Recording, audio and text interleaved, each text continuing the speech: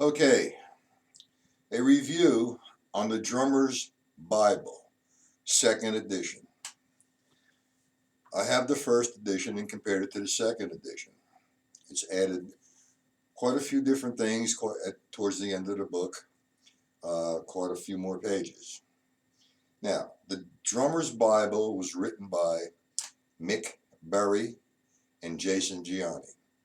And for those who are not familiar with Jason Gianni is a drummer, instructor, educator, player at DCI, Drummers Collective Institute in New York City. Great player. I have done a few clinics with Jason, and I always seem to introduce Jason, and I introduce Jason as the man with 10 brains. The man has some polyrhythms going on. It's all kinds of good things going on. Nice guy, great drummer, great educator. Now, let's talk about the Drummer's Bible. And it's the title kind of explains itself. This is one book that I've come across that contains a tremendous amount of information. You know, we have specialty guys that play just rock or just teach jazz or teach Afro-Cuban or whatever, just hand development. But this book covers many, many aspects, surfacely.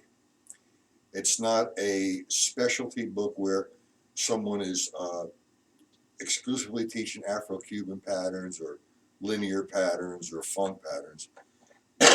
It has an array of just about every pattern that you've probably heard of and some that you haven't heard of, this is why one of the reasons I recommend the book. As a player and educator, I don't sort of specialize. I develop a whole lot of technique and take a student in a direction where he'd like to go. But sometimes I have students come in here and say names of patterns I've never heard of before in my life. I do some research, and this is the perfect book for it. This book contains an introduction to rock patterns, to country and western music, to jazz, to Afro-Cuban, to some other erotic patterns and whatever from different backgrounds. What I think the book is more of a reference to teach the beginning aspect of, for example, a sangha. All right, where it originated from gives you a brief history, and it surfacely gives you 2 or 3 or 4 examples of the sangha. Now, if you wanted to research the sangha, or you really wanted to study Afro-Cuban music, you would get an Afro-Cuban book exclusively. But this is more of a reference book, where I see it as, if I want to learn a rockabilly pattern, the basic pattern is in the book. When I was young, and the first couple gigs I ever had were at Italian weddings, and there's a lot of ethnic backgrounds there that they want a particular dance, for example, the tarantella. What's a tarantella? Well, I knew back then, and if I mention that to someone coming for lessons, they don't never heard of it or don't know about it. It's in the book. It's a tarantella. It's an Italian dance. If you want to specialize in this culture, research the culture, and you'll find that there's a whole lot of different variations of it. But this book will show you the beginning or the surface of, say, a tarantella, or a mambo, or a bolero, or a rumba. It explains the different claves, why they're used, what a clave is, what funk patterns are, what linear patterns are. It's a great book as a reference. It's a good book for a student because he can make a decision on which area he would like to study. And then from that area, you're giving him a basic information, basic patterns, because all of this is all related to time anyway. I really feel that it's a good book, and it covers all the styles. It's not a book for beginners, that's for sure. There is some reading that you need to understand, and notation and value and terminologies like key and, feathering the bass drum. What I like how he explains the jazz patterns. He doesn't go into in depth of sections of tunes. He's just showing you how to develop some jazz independence. A student comes to you, wants to learn how to play jazz. Well, that you as the educator or instructor is going to explain to them the sections of tunes, the melodic, your part of playing the tune, so on and so forth. I honestly think this book should be in uh, every drum teacher's or drummer's library. It's a great reference book. I even had comments about the book stating, yeah, well, you should take the book to a gig in case someone calls for Aruba and you don't know what it is, or Mozambique, you don't know what it is. It's here.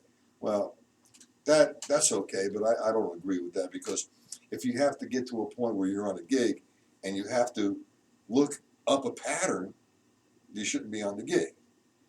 That is before the gig. You should understand that. Anyway, there's a lot of names in this book I cannot pronounce, and it's a good book for me because it's a learning vehicle, and it keeps me sharp. And I do a lot of research on the cultures themselves. Uh, like I said, if you surfacely, it's going to help you understand where these patterns evolve from. For example, what is rockabilly compared to a bossa nova, or a tarantella, or a mambo, or what's a shuffle? This answers all the questions, gives you a great explanation of everything. The book has 2 CDs.